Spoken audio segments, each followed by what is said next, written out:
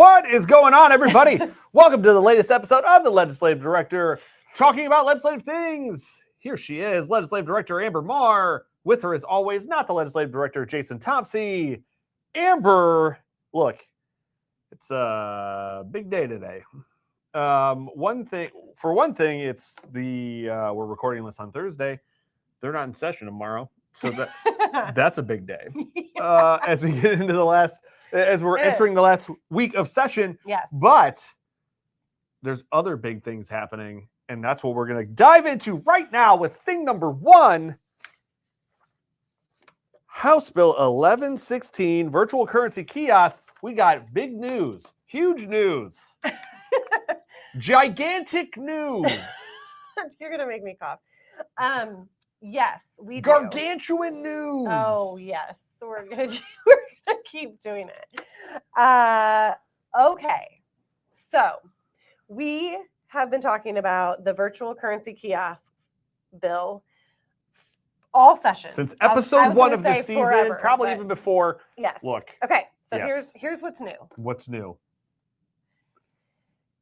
The Senate voted, Yes. the full Senate Yes. voted on, wait a minute. Tuesday? We got to back up. Monday? It was on seconds. Okay. On Monday, right? Sure.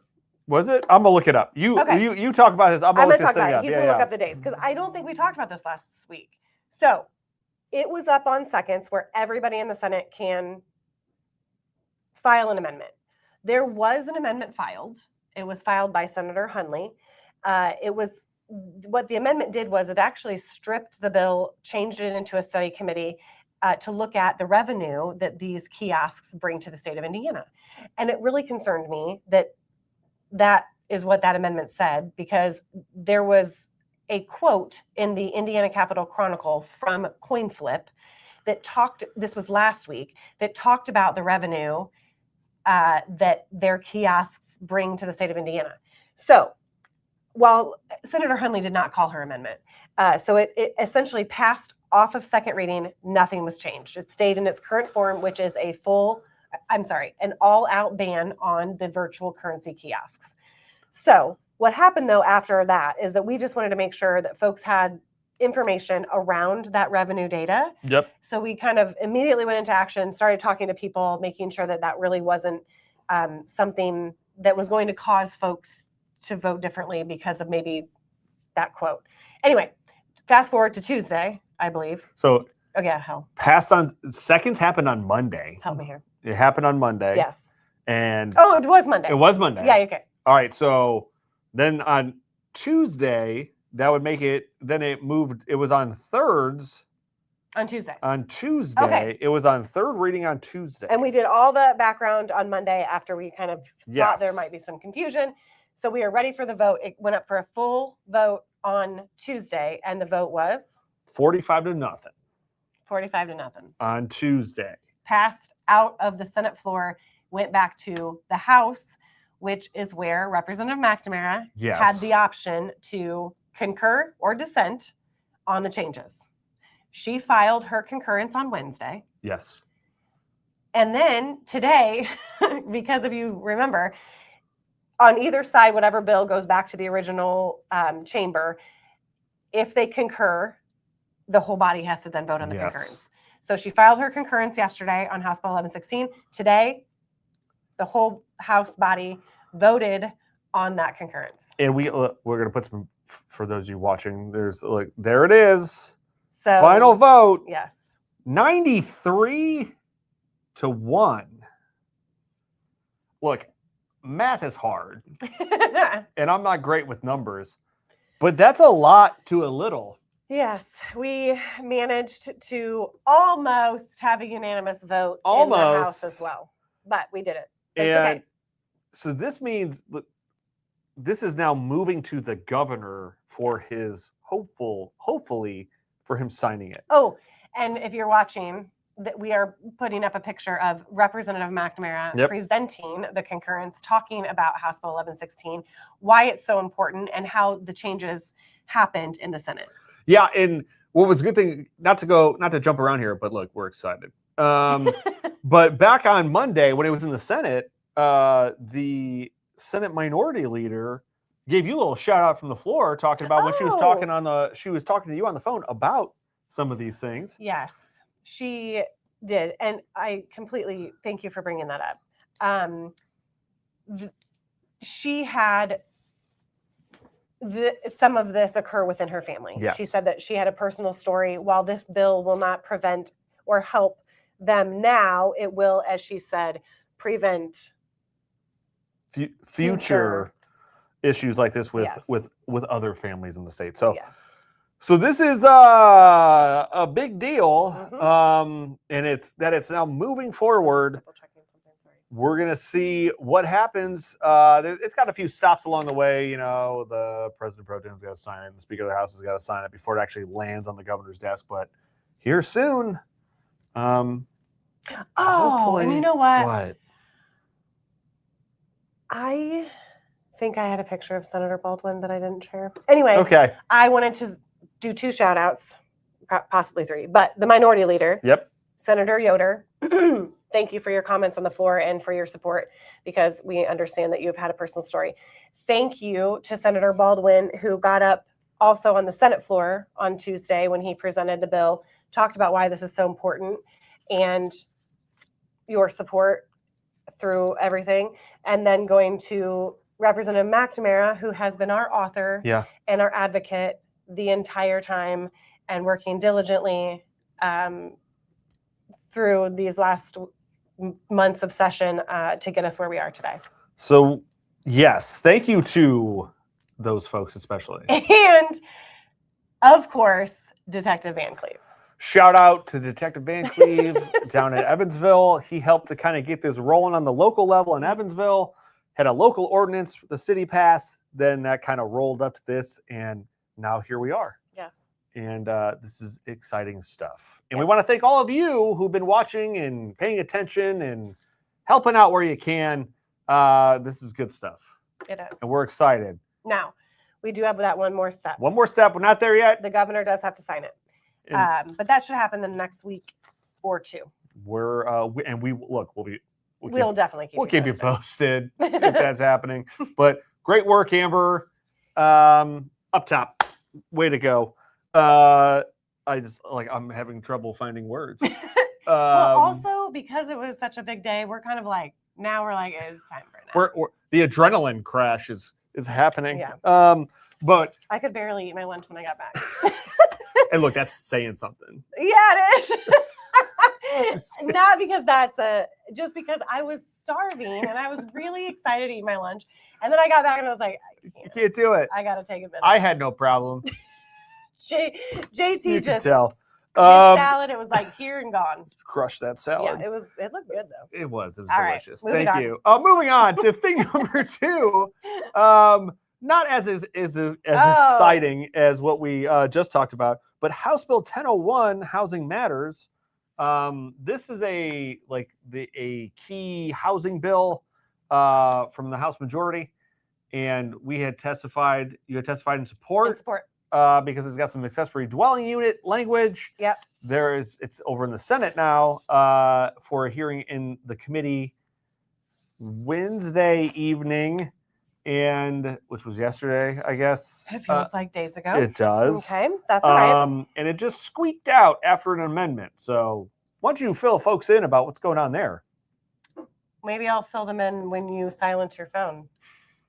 They didn't hear that. Oh, I'm sure they did. Because I did. It's just every time. I think it might have been my iPad over off camera. Anyway, 1001, what's going on with it? Cares what's what happening? It was. We just know it happened. Okay. What's happening? Back to House Bill 1001. Okay, so here's what happened.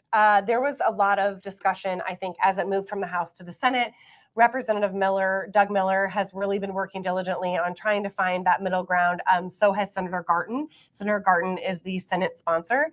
And there was an amendment that dropped like 2 seconds before the committee. It's about 30 pages. And we tried to quickly evaluate what the amendment did. But I think even with the amendment, there were a lot of people that were either opposing it from maybe a municipality perspective, so like city, county, et cetera, what this still does to locals, how it maybe takes local control away. But we also, from our perspective, there is some language in there that really deals with allowing individuals to have an accessory dwelling unit. That amendment did change the ADU language. Yeah. Just a quick overview, and I'm just going to go through this really fast because we are going to do a much deeper dive. I've already talked with Representative Miller that we kind of need to have these conversations as we move into, because next week is the last week. So it already passed out of committee. We only have so much time to do a second reading amendment to make any changes, but I know it's going to be fast and furious. Excuse me. Okay. So let me just give a quick rundown of what we think is happening in the amendment. It does narrow where accessory dwelling units or ADUs are allowed. It adds owner occupancy requirements. And I think, again, I reserve the right to come back and correct myself, but I think it also puts specificity around who can live in the ADUs. Okay. So, which we don't love, but we can live with it. Yeah. I think they're trying to get with that language so that people aren't using it as like Airbnbs like or property. rental property. Yeah. Even though we know that some folks can supplement their income that way. Yes. So anyway, it also does cap accessory dwelling units at 1 per lot in municipalities. It keeps the fee and parking protections that were, I think, previously in the bill, but it does make them easier to opt out. I think a lot of this, it made it a lot easier for local units to opt out of, which is what they were trying to get at without taking local control away, but also trying to put some parameters of understanding what could be options and ideas for the affordability of housing. Okay. And then what else? Oh, we already talked about it. It expands local opt-out authority across the board. We already talked about that. So got to dive in a little bit more. Yes. Figure out exactly what's happening there. We really do want to add just a few things, talk about if this language is workable. Again, I think the whole bill is workable at this point. I mean, I have the vote up, and yesterday it was pretty crazy. So it was 5-5 until they needed to call Senator Freeman back into the committee room.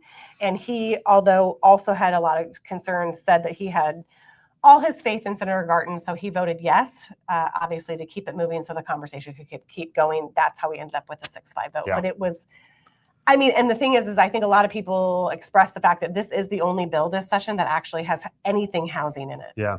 So if they were to have killed it, we didn't have a vehicle to continue these conversations. So we'll see. They can still pull it. This bill could still die in the Senate. Yeah.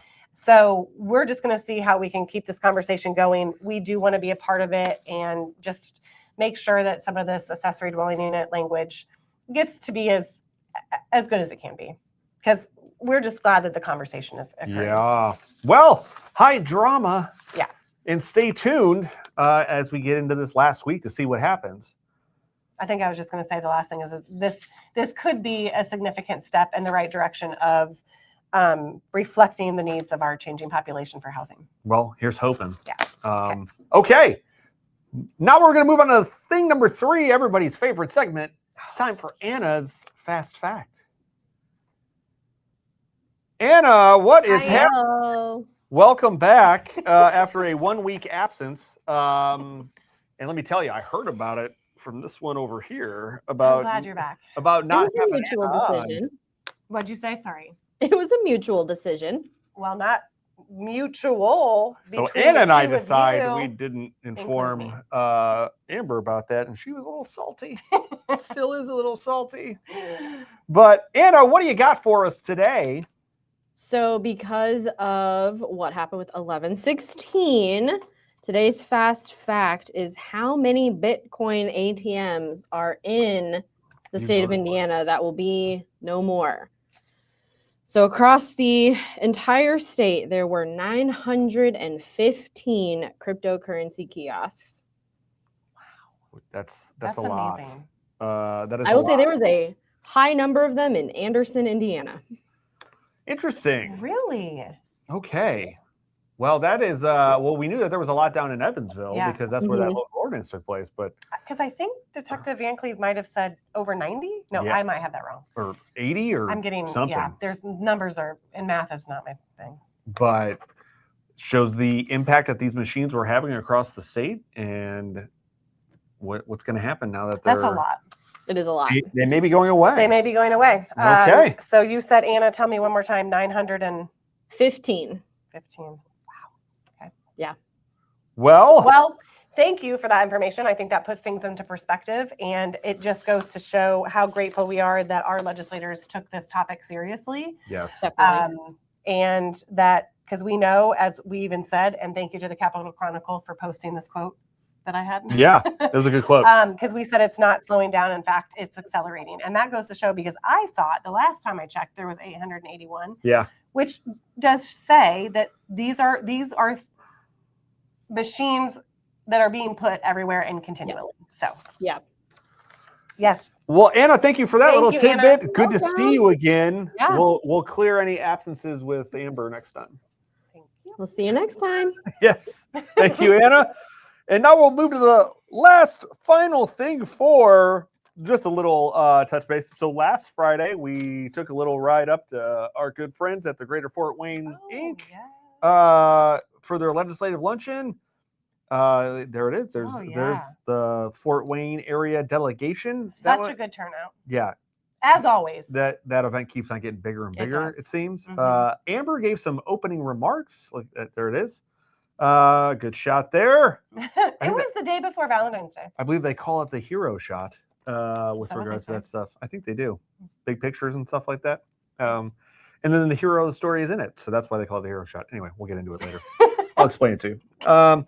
Anyway, so that was a good time. Always enjoy our time talking with those legislators up there as well as the folks there. And then the last thing we just want to talk about here is we are entering the final week of session, which is wild to say.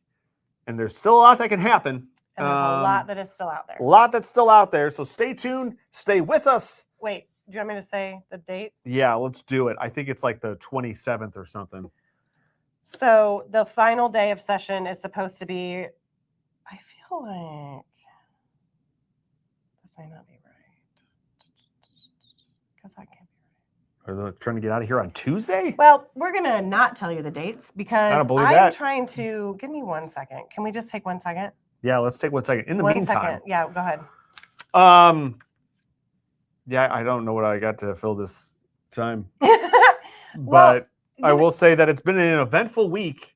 It's been a eventful session, and the fact that it's coming to an end. Obviously, there was those 2 weeks in December that kind of moved up these deadlines and moved up to the end of session. But we are looking at the end this next week of this short session, and then we'll do this all over again next year. do you know what I'm trying to look for? It's where the calendars Go are. to session. Yeah, I did. 2026. And I No, did. go to Senate or Where? House. Okay, Pick I one of did. those. I did. And then calendar? I did that. No? And it's I don't know what's going on. I don't know what's maybe happening. here. Wait. No, this is the same thing. Anyway, I had a document that I could have checked because, but for some odd reason, I am unable to figure out the website that I've used for years. Okay.